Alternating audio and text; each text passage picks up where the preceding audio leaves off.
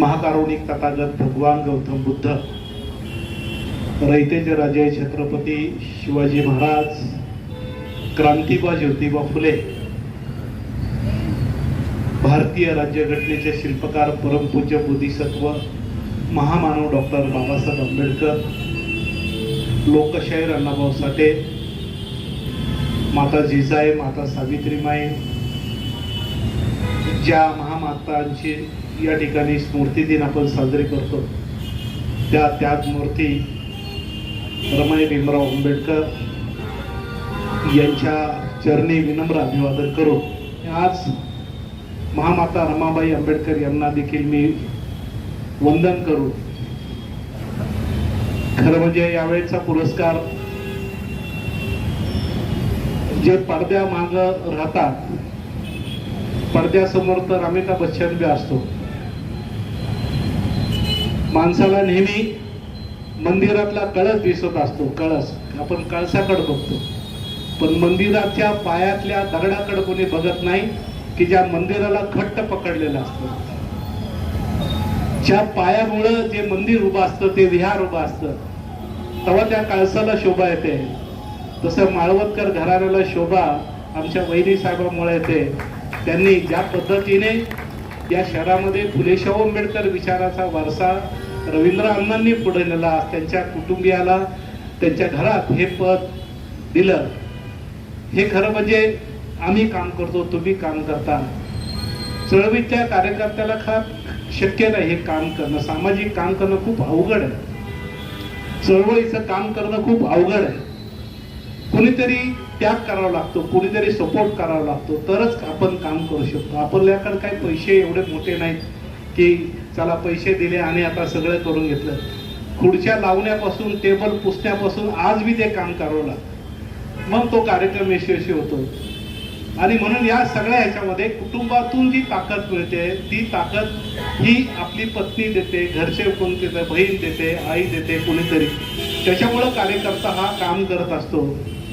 आणि त्यामुळं आज माळवदकर ताईंना हा पुरस्कार मिळाला. आदरणीय ठाकूर साहेब, आता इराण युद्ध चालू आहे, कधी आता उद्या काय होईल सांगता येत नाही. हे झाल्यानंतर म्हणतात लय गडबड होणार आहे, तुमच्याकडे लय लोड येणार आहे काम करायला. आता त्या मुख्य संरक्षण ह्याच्यात काम करतात त्या ठाकूर साहेबांना देखील यावेळेचा रमाई आंबेडकर पुरस्कार दिला. त्या दोघांचं मी पुण्यनगरीचा उपमहापौर या नात्याने पुणे शहराच्या वतीने तुमचं कौतुक करतो, तुमच्या कार्याला शुभेच्छा देतो. या ठिकाणी विठ्ठल गायकवाड एक मोठा कार्यकर्ता आहे. आम्ही एल.एस. सोनकांबळे साहेबाचे चेले आहोत, आम्ही दोघं. आमचे गुरु एल.एस. सोनकांबळे विठ्ठलला सांगत असतो, क्या खाना तो दम खाना. विठ्ठल मगाशी बोलता बोलता थोडा चिडचिड झाला नाही का, वाईट वाटतं. एखादा कार्यकर्ता काम करतो, कष्ट करतो आणि कुणीतरी येऊन आपलं काहीतरी बोलून जाणार, तेव्हा मनाला वेदना होतात की रक्त ओतून काम करतो कार्यकर्ता. आणि काही माणसं करत काही नाही, काहीच करत नाही, फक्त ते चुका शोधत असतात किंवा टीका करत असतात. आता मी विठ्ठलला माझं सांगणं आहे की महामाता रमाई आंबेडकरांचे स्मारक तुम्ही जे उभं केलेलं आहे किंवा त्या स्मारकामध्ये जे जे त्याचे साक्षीदार आहेत, तुमचं नाव इतिहासात नोंद झालेलं आहे का नाही? इतिहासात नोंद झालेलं आहे. हे काम श्रीमंत, करोडपती, अरबपती करू शकत नाही, ते काम तुम्ही करून दाखवलं. त्यामुळं तुमच्या या कमिटीचं, तुमच्या सगळ्यांचं नाव हे अजरामर राहिलेलं आहे. बाबू आगसकर साहेब म्हणले बरोबर आहे, हा पुतळा बसत असताना खूप भांडणं, खूप वादावाद, खूप गडबड, काय करायचं काय नाही. आणि मग या ठिकाणी हा पुतळा मध्ये बसणार होता गार्डन मध्ये. मी म्हणालो मध्ये कुठं बसवताय, आपल्या नगरसेविका वागसकर ताई आहे, आम्हाला हा पुतळा इथं बसवा की एअरपोर्टवरून माणूस आला की त्याला रमाई आंबेडकर दिसली पाहिजे. विद्यापीठातल्या या वाड्याच्या मुलांना रमाई आंबेडकर रस्त्यावर रोडला दिसल्या पाहिजेत. त्यांना अरे कोणाचा पुतळा आहे, हा रमाईचा पुतळा आहे. आणि म्हणून तो पुतळा रोडवर जो आला त्याला कारण आम्ही नक्की ठरलेलं आहे. नाहीतर ते एवढी मोठी जागा गार्डन मध्ये उभा करा, बाजूला सगळं गार्डन आहे. म्हणलं ठीक आहे ते गार्डन, परंतु तिकडं कुणी जाणार नाही, इथं त्याला तर किंवा लोकांच्या लक्षात येईल रमाई आंबेडकरांचा पुतळा आहे. आणि म्हणून या ठिकाणी वागसकर कुटुंबियांनी देखील या पुतळ्यासाठी मोठं योगदान दिलंय. हे इतिहासाचे मानकरी आहेत. कधी आयुष्यामध्ये काय काम केलं तर आमच्या हयातीमध्ये रमाई आंबेडकरांचा पुतळा बसला. ही एक गोष्ट हक्काने आपल्या लेकराला सांगू शकतो आपण. कधी कुटुंबाला घेऊन झालं तर आपण सांगू शकतो ही मी नगरसेविका असताना हा पुतळा बसलाय बाबा. हे जे काम आहे हे मोठं काम आहे आणि विठ्ठल गायकवाड तुम्ही हे मोठं काम उभं केलेलं आहे. न होणारं काम या ठिकाणी आपण सगळ्यांनी केलेलं आहे, राजगुरूताईंनी केलेलं आहे. त्यामुळं एक नक्की सांगतो की मी काम करत असतो. काम करणाऱ्या कार्यकर्त्याला टीकेच्या समोर जावं लागतं. जो काम करतच नाही त्याच्या टीकाच होत नाही. ज्या दिवशी तुमच्या टीका बंद झाली विठ्ठलराव समजायचं आपल्याकडून काहीतरी चुकतंय. आता लोक जेवढ्या शिवाय देतात तेवढं समजायचं आपलं काम खूप चांगलं आहे आणि म्हणून तुम्ही चांगलं काम करता म्हणून तुमच्याबद्दल या सगळ्या शुभेच्छेच्या वर्षा होत असतो. तो आनंदाने स्वीकारायचा, कारण की ही माणसं तुमच्या व्यतिरिक्त तुमच्या चांगल्या कामाचं कौतुक करत असतात असं समजून घ्यावं आणि रागावर तुम्ही कंट्रोल करावा. ही एक राग येणारा माणूस तुम्हाला सांगतो. मला बी खूप राग यायचा. खूप आगाऊ आम्ही कार्यकर्ते पॅन्थर मध्ये काम करत असताना. आता बुद्धाच्या तत्वज्ञानाकडे जात असताना हळूहळू हळूहळू शांत झालो आणि थोडस आपण काम करत राहू. कधीतरी आपली किंमत होत राहील. आणि विठ्ठल या नावामध्येच खूप प्रेम. कधी कधी मी विठ्ठलाच्या पालखीचं स्वागत करतो. आमच्या चौकात मी मोठा विठ्ठल लावतो. त्या प्रवेशद्वारावर तुकोबाच्या पालखीचं स्वागत आणि विठ्ठलाचा मोठा पुतळा एकदम असं स्वागत. सगळे गाववाले म्हणतात की वाडेकरचा काय संबंध आहे. आमच्या गाववाल्याचा अधिकार आहे विठ्ठलाचा स्वागत तुकोबाच्या पालखीचं स्वागत करायचं. मी म्हणतो की आमचा अधिकार आहे. विठ्ठल आमचा आहे. बाबासाहेबांनी सांगितलंय विठ्ठल आमचा आहे, विठ्ठला आमचाच आहे. हे बाबासाहेबांनी ठणकावून सांगितलं म्हणून आम्ही विठ्ठलाचं स्वागत करतो. लय लोक आपले लोक कधी कधी मला म्हणतात काय रे तुझा विठ्ठलाचा काय संबंध आहे. मी म्हणतो विठ्ठल हा आमचा आत्मा आहे. विठ्ठल आमचा देव आहे. देव माणसामध्ये शोधतो आम्ही. विठ्ठला विटेवर उभा आहे. एकमेव विठ्ठल असा आहे की त्याच्या हातामध्ये शस्त्र नाहीये. सगळे तुम्ही देव देवता घेतले तर प्रत्येकाच्या हातात काही नाही काही शस्त्र आहे. प्रत्येकाच्या हातात शस्त्र आहे. विठ्ठल असा एकमेव माणूस आहे तो कंबरेवर हात ठेवून एका विटेवर उभा आहे. आणि तो स्वतः विटेवर नाही तर आपल्या पत्नीला देखील त्याच पद्धतीने त्यांनी समानतेचा सन्मान दिलाय. तिला देखील विटेवरच उभा आहे. ती त्यांच्या पायथ्याशी उभी नाहीये, ती बरोबरीने उभी आहे. त्यामुळे विठ्ठल हा समतेचा विचार देतो. विठ्ठल हा तथागताचा विचार सांगतो. विठ्ठल हा आम्हाला प्रिय आहे म्हणून हा बी विठ्ठल आम्हाला तेवढाच प्रिय आहे. कारण की विठ्ठल बघा सगळ्याचे सत्कार सगळ्याचे कार्यक्रम सगळं सगळं सगळं बरोबर तारखा लक्षात असतात त्याला. आणि म्हणून आज हा स्मृती दिनानिमित्त हा कार्यक्रम होत असताना या ठिकाणी सांगितले 1 करोड रुपये मी दिले. माझ्या स्वप्नात बी वाटलं नव्हतं मी महापौर उपमहापौर होईल. मी त्या बिल्डिंगकडे बघायचो बी नाही. आम्ही मोर्चे काढणारे, आंदोलन करणारे, अधिकाऱ्याला घेराव घालणारे. एकदम आम्ही आलो की महापालिका वाटायचं काय ते अधिकारी घाबरायचे की यांचा मोर्चा आलाय आता ह्यांना. आणि आता आम्हाला वाटलं नाही मी त्या चेअरवर बसेल नाही का. आणि आता चेअरवर बसल्यावर मी माझ्या मागे बाबासाहेब लावून टाकला. माझी पत्नी बी उपमहापौर होते, मी बी उपमहापौर. ही बाबासाहेब आणि रमाई आंबेडकरांची कृपा आहे.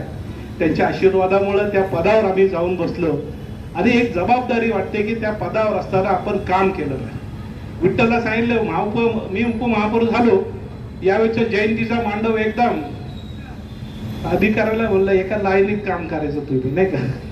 मी काय गप्प बसणारा माणूस नाही का. आणि मग यावेळेचा मांडव मागसकर साहेब ऐतिहासिक झाला. बघा तुम्ही सगळे आलते का नाही जयंतीला. एकदम बौद्ध पौर्णिमा देखील ऐतिहासिक एकदम छान झाली.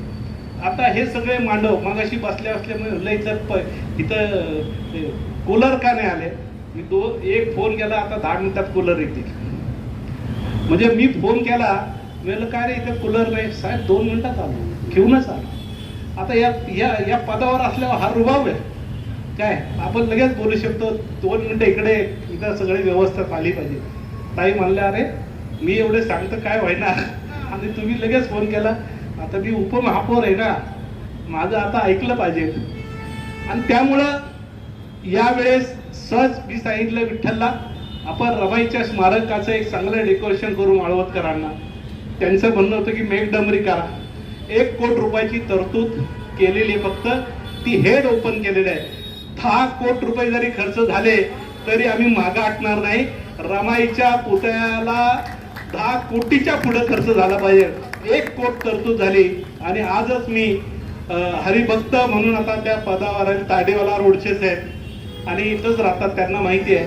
आता भवन विभागाचे प्रमुख आहे, सकाळीच मी त्यांची भेट घेतली आणि पुन्हा याचा आढावा घेतला. याचं डिझाईन होणार आहे. कदाचित पुढच्या रमाई आंबेडकरांची जयंती तुम्हाला वेगळ्या पद्धतीने रमाई दिसेल अशा पद्धतीचं एक चांगल्या पद्धतीचं एक डिझाईन आम्ही बनवण्याचा प्रयत्न करतो.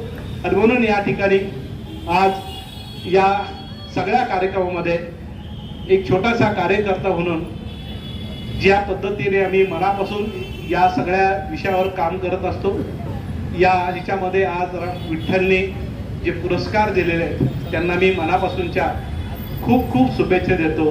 त्यांना उदंड दीर्घ आयुष्य लाभो अशा पद्धतीच्या मंगल कामना या ठिकाणी व्यक्त करत असताना मी मनापासून या कार्यक्रमाच्या निमित्ताने आपल्या देशावर आणि जगामध्ये जे संकट निर्मित होत चाललेलं आहे, भीती वाटते की उद्याच्या ईद नंतर काय होईल सांगता येत नाही. पुढं काय होणार आहे. आज पेट्रोलच्या दर 2 दिवसाला वाढत चालले. हे युद्ध थांबलं पाहिजे, युद्ध होऊ नये ही आमची तमाम भारतीयांची मनापासूनची भावना आहे. आणि म्हणून या ठिकाणी आजच्या कार्यक्रमानिमित्ताने देखील माता रमाई आंबेडकरांच्या स्मृती दिनानिमित्त जगामधल्या मोठ्या देशातल्या लोकांना माझा एक गरीब कार्यकर्ता उपमहापौर म्हणून कदाचित माझा संदेश जाईल नाही जाईल, पण आपण एक प्रार्थना करूया, त्यांना सद्बुद्धी दो. हे युद्ध थांबलं पाहिजे. सगळ्यांनी एकमेकांनी जगायचा हक्क आहे. प्रत्येकांना आनंद लुटायचा हक्क आहे. रमजान महिन्यामध्ये ईद चालू होती आणि ईद चालू असताना पाकिस्तान अफगाणिस्तानवर बॉम्ब टाकत होतं. मुस्लिम राष्ट्र आहे, एक राष्ट्र, सगळे मुस्लिम, तरी सुद्धा रमजानमध्ये बॉम्ब पडत होते. रमजानमध्ये बॉम्ब पडत होते. पाकिस्तान जळत होतं, अफगाणिस्तान जळत होतं, इराण जळत होतं. या सगळ्या ह्याच्यामध्ये पाकिस्तान तर मुस्लिम राष्ट्र आहे, रमजान पवित्र महिन्यात नाही बॉम्ब टाकला पाहिजे. अफगाणिस्तान मुस्लिम राष्ट्र आहे, तरी सुद्धा हे एकमेकाला रमजानच्या पवित्र महिन्यामध्ये मारायला उठले होते. आणि आपल्या भारतामध्ये रमजानमध्ये सगळे मुस्लिम समाज आनंदाने ईद साजरी करत होते, रमजान साजरा करत होते, नमाज पठण करत होते. इथं काहीच नाही. त्या लोकांना मी सांगितलं की त्याचं क्रेडिट बाबासाहेब आंबेडकरांच्या संविधानाला जातं. काय बाबासाहेबांनी 18 आलुतेदार, किती जाती, किती परंपरा, ख्रिश्चन, मुस्लिम, बौद्ध, शीख, ईसाई, मद्रासी वेगळे, केरळीयन वेगळे, कर्नाटकी वेगळे, आर्थिक राज्य वेगळे, या सगळ्याला एकत्र करून ज्या पद्धतीने संविधानामध्ये निर्मित केलेले आहे आणि या देशातून बुद्धाचा संदेश बाबासाहेबांनी ज्या पद्धतीने संविधानामध्ये निर्माण केला आणि हे संविधान आपल्या देशाला कसं एकसंघ ठेवतं. जग मात्र टेन्शनमध्ये, भारत मात्र एकसंघ आहे. त्याचं क्रेडिट बाबासाहेब आंबेडकर आणि रमाई आंबेडकर यांच्या त्यागाला जातं. त्यामुळं आज रमाईला अभिवादन करत असताना, बाबासाहेबांचं कौतुक करत असताना रमाईचं मात्र कौतुक आपण सन्मानाने करत असतो. कारण की रमाई होत्या म्हणूनच बाबासाहेब या ठिकाणी एक काम करू शकले, नाही तर शक्य नाही हो. आज संध्याकाळी घरी नाही भाजी आणली तर बायको लगेच होती, काय भाजी नाही आणली, गॅस संपलेला आहे, कधी आणणार आहे, काय लगे आम्ही फोन करतो त्या गॅसवाल्याला, गॅस संपला बाबा, पहिला घरी गॅस पाठव. काय उपमहापौर असलो तर हे काम करावं लागतं, काय नवरदेवांना काम करावंच लागतं, हे आहे का नाही. परंतु रमाई आंबेडकरांनी आपल्या लेकरं आपले वारल्यानंतर सुद्धा कोण आहे जगामध्ये, कोण स्त्री आहे आणि कोण पुरुष आहे की आपले लेकरं वारल्यानंतर सुद्धा जराही दुःख न बाळगता पुन्हा या समाज व्यवस्थेसाठी काम केलं पाहिजे. एवढी मोठी कुर्बानी देणारी कोण महिला होऊ शकते का? नाही होऊ शकत का? आणि एकट्या एवढ्या मोठ्या महामानवाची पत्नी रमाई या आपल्या साठी एक मार्गदर्शक असतात, ठरत असतात. मी पुन्हा एकदा विठ्ठल गायकवाड यांचं कौतुक करतो, रमाई यांना अभिवादन करतो आणि पुन्हा एकदा या ठिकाणी आदरणीय माळवतकर ताई आणि ठाकूर साहेबांना खूप खूप शुभेच्छा देऊन 2 शब्द पुढे करतो. नमो बुद्धाय. जय भीम, जय भारत.